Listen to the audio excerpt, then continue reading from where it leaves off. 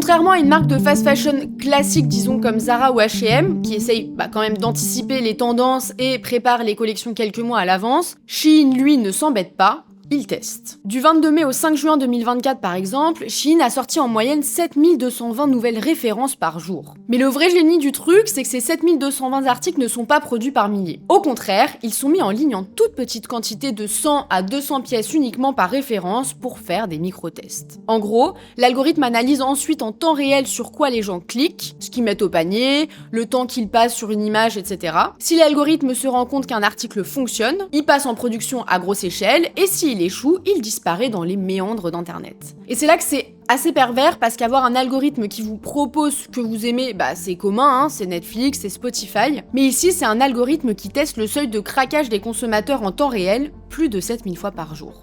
Donc pour comparer, sur la même période avec H&M qui est déjà un acteur traditionnel de la fast fashion, c'était environ 290 nouveautés pour les femmes et 50 pour les hommes. Disons donc 340 par jour. 7220 contre 340. Ça veut dire que Shein sort en un seul jour ce que H&M produit en plus de 3 semaines. Là, c'est même plus une différence de degré, mais carrément une différence de nature. La fast fashion d'un côté, l'ultra fast fashion de l'autre.